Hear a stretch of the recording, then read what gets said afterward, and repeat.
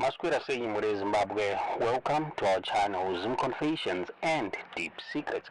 Kanakari keep tanka kukia paneno channel, please don't forget to subscribe. Kanochingo garoka subscribe, but don't forget to comment and share this video. Nasi Mure Zimbabwe, takuigira nyaya yaburi kwa President Mnangagwa declare vacant seats for Mount Pleasant resign the former CCC MP Fadzaimaere pamwechete nekuharare East constituency uko kwakaresign Mr. Rusty Markham kuti by-elections acho they are now set for next month mure Zimbabwe.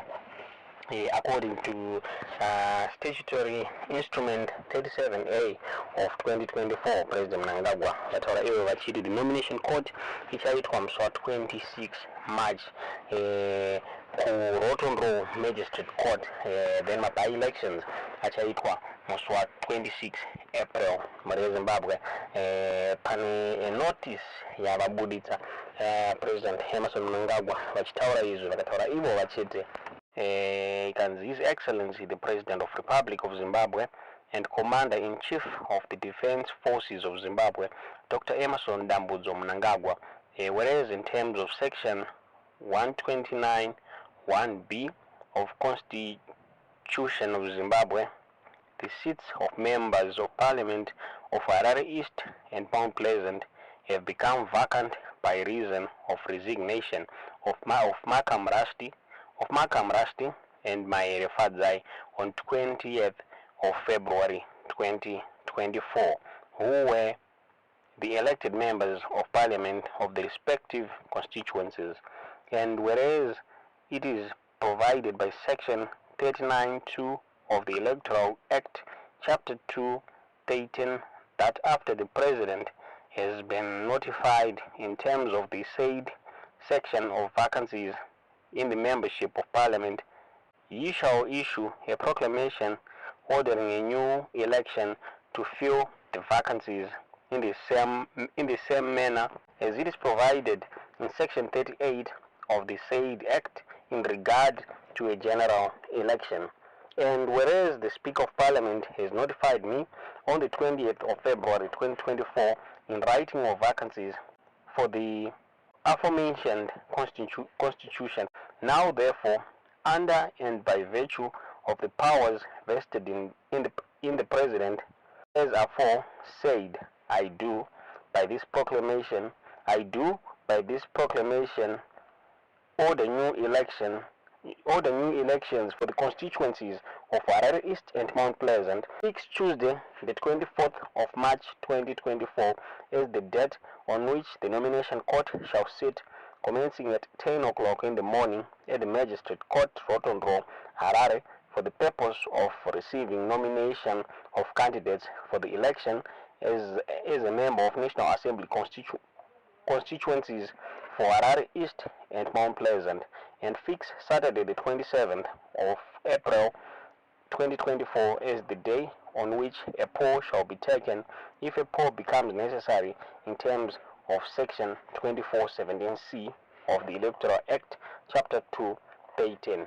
Mure Zimbabwe ndo zvabuditswa na President Emerson Mnangagwa anonsa yavo vachiti musi wa 27 April ndo pachaitwa by-elections Harare East constituency pamwechete ne Mount Pleasant constituency uko kwanga kuna va Markham pamwechete na vafadzai maere vanova avo vakaresigna mushure mekunge the former president we-opposition CCC vanozvo Chamisa vainge vakuita bato re-CCC vafadzai maere na Markham vakaresigna vachitera mutungamiri wavo vanezvo Chamisa. So parunzi pasetwa ma-new dates ema-by-elections ma-constituencies aya tingazive kuti the now leader Mnangagwa the now leader webato re-CCC achaonekwa achifiuda here ma-candidates ma-constituencies aya nekuti ndofunga mune mamwe by-elections akabva kuitwa nguva yapfuura CCC yakatadza kufiuda ma-candidates ayo zvakalida kuti ZANU-PF iwanikwe ichiacquire 2/3 majority parliament muri Zimbabwe vanhu vabuda vachichema pamusoro penyaya iyi. Masupporters ebato retriple C vachiti they voted for Rema and Rusty Markham kuti vavamirire parliament zvikanzi, but now they have donated seats aya kubato reZANU-PF. Chinzi obviously vasengezo Shabangu vanogona kutadza kufield candidates avo in these areas muri Zimbabwe. Vasengezo Shabangu is the one vaka-initiate recalls akaleader kuti vaNelson Chamisa vange vachikuita bato retriple C. Kwaita pa-elections kunzvimbo dzakasiyana siyana kusanganisira kumabvuku uko kwai contestwa naScott Sakupwanya. Mabvuku uko bato retriple C rakakundikana kufielda macandidates aro. Tisingazive kuti this time vachawanikwa vachifielda here kana kuti ma-elections aya they have been donated to ZANU-PF. Tuizvo zvamuri kufunga pamusoro penyaya iyi mucomment section muri Zimbabwe. Kutaura kuno kuvafadza here pamwe chete naRusty Markham havasati vabuditsa any statement kuti what is going to be the next step mushure mekunge vasiya vakuita bato retriple C iri muri Zimbabwe. Asi vaNelson Chamisa vakabuda vachiti vane a plan zvikanzi we are going to make sure kuti tadzoka politics chinzi, but we are not going to form a new political party and we are going to form a new government.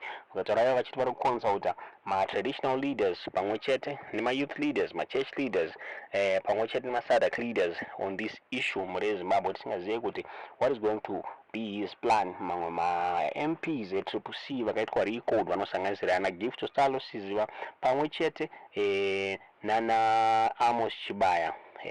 These guys vari kufamba nevari kuti the blue movement iyo yavari kuti they are paving a way for Nelson Chamisa. Then poita wana Charlton Wende ava vakasiwa mubato retriple C havana vakapotswa nawo ma-recalls aya and they're still in triple C, but Rema and Rusty Markham vakawanikwa vachibuda vachiti they have resigned, vakasiya CCC vachitaurawo zvakare vachiti infiltratwa nevanhu veZANU-PF. Vakataura vachiti they stand with vaNelson Chamisa. Tisingazive kuti what is going to happen next for them. Uyezve what do you think? Tudzidzise zvamunofunga mucomment section kuti sengezo Shabangu achakwanisa here kufielda macandidates ake in this by-election iri kuuya kana kuti ZANU-PF acquire these seats automatically. Then pana another issue iri kunzi since ZANU-PF acquire majority two-thirds majority yeparliament hanzi ndiye vane simba rekuchinja constitution kuti vaMnangagwa vange vachipiwa a third term. Inova nyaya iri kutrenda, nyaya iri kunetsa asi haisati aconfirmwa ZANU-PF. Irikutaura iyo ZANU-PF information director vaFarai Murapira vakataura vachiti marumors yayo ndeyekunyeba muri Zimbabwe. Tichanga chikupai zvizere pamusoro penyaya iyi mucomment section. Tiudzei zvamuri kufunga pamusoro penyaya iyi.